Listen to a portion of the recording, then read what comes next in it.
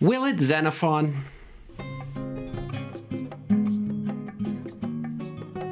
Hey, welcome back. A couple weeks ago, we talked about a writing exercise, the Style Sketchbook, that changed the way that I write.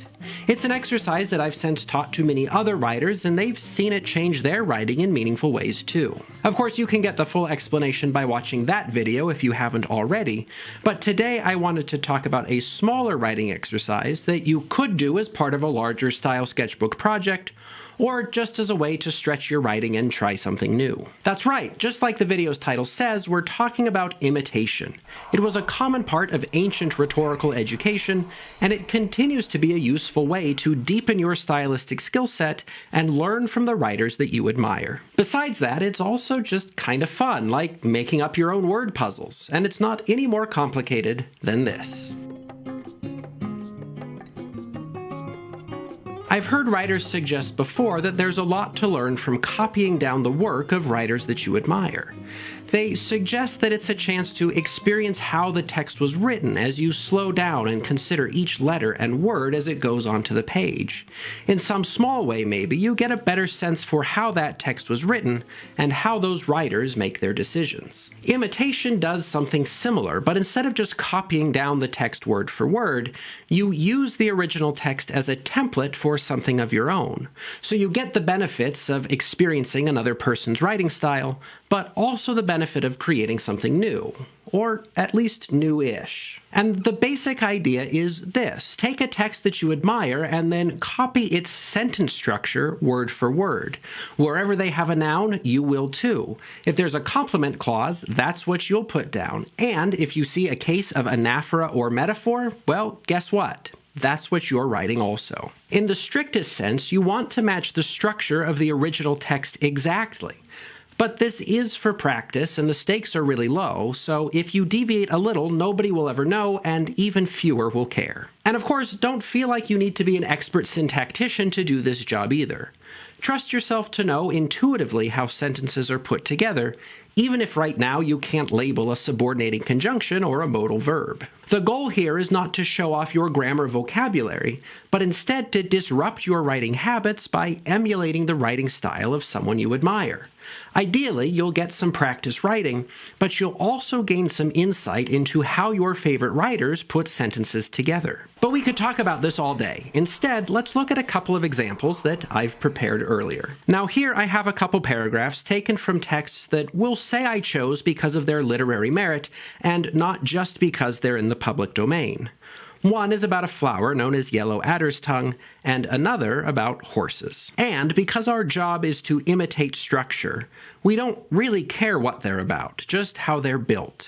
So we can imagine them for now, not as documents about plants and horses, but as grammatical templates, a series of fill-in-the-blank slots for nouns, verbs, and more. Maybe a little something like this. And now we can fill in our template writing our own story word by word and sentence by sentence, trying on this writer's style and seeing how it feels until we end up with a finished imitation like this. The Trismegistus has conferred upon alchemists, yes, the power of giving others their dreams, by way of science and mystery.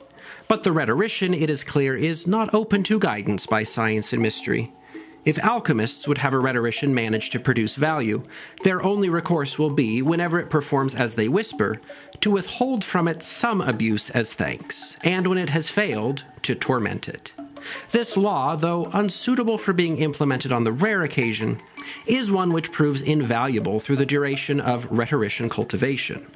Like, for example, a rhetorician will more easily accept its role if every time it complies, light castigation rewards it, or, moreover, it will honor overseers and submit to edicts and execute all the other tasks left to it, if it be trained to associate compliance to the whisper of compulsion with clemency. Well, actually, that's not what I remember preparing beforehand, but it is an accurate imitation, so I guess it still works. And of course, we can do the same thing with the other one. Here's the original for reference, and our, or at least an, imitation.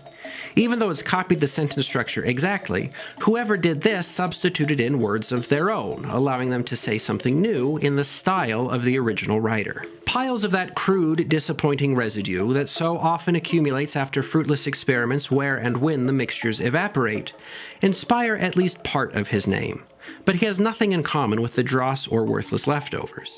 His harrowing aura actually suggests a nobility. And as for that residue, which in most of the experimental failures has reddish dullness, it is in his case a brilliant mirror-polished gold, casting impressive glowing beams from his face. Much injustice is also perpetuated by another misconception on the strength that the unfortunately homophonic and pointlessly homographic word calls to mind not an unparalleled paragon, but the deceased, as he surely isn't. Whoever acknowledges the keen roguish wit of a grand alchemist swirling with vigor in a gilded skull, however, at once sees the truest manifestation of caput mortuum. But how few recognize their alchemical superiors on any shelf of the bookcase. I mean, really this is a mystery to me, but I guess we all still get the idea. So that's a quick look at imitation, a practice which has existed in one form or another for thousands of years. Its primary value is in helping you to emulate the writing style of another writer, but that's not its only benefit. Whether or not you actually internalize the style of the writer you're imitating, an imitation will cause you to pay more careful attention to sentences and the ways they're put together. In order to match the syntax of the original text as closely as possible, you'll have to be mindful of individual words and the order that they go in. And that, by itself, will help you to pay attention not just to what you have to say, but how you're saying it. Also, because imitation requires you to write a mile in another writer's shoes, it's an exercise that can shake up your writing practice and get you out of a rut.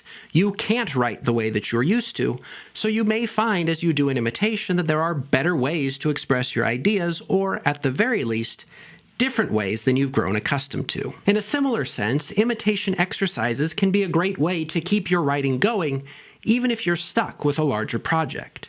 So maybe you don't know what to write in your novel, or you don't know what your next poem is going to be about. In that case, set those larger projects aside and keep the writing practice going by doing imitations.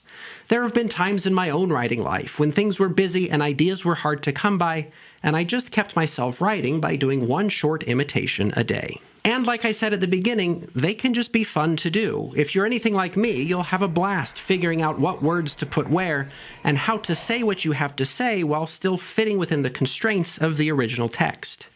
It's a fun challenge. So give it a try and see what you learn, and I'll be eager to hear all about it when we meet again next week.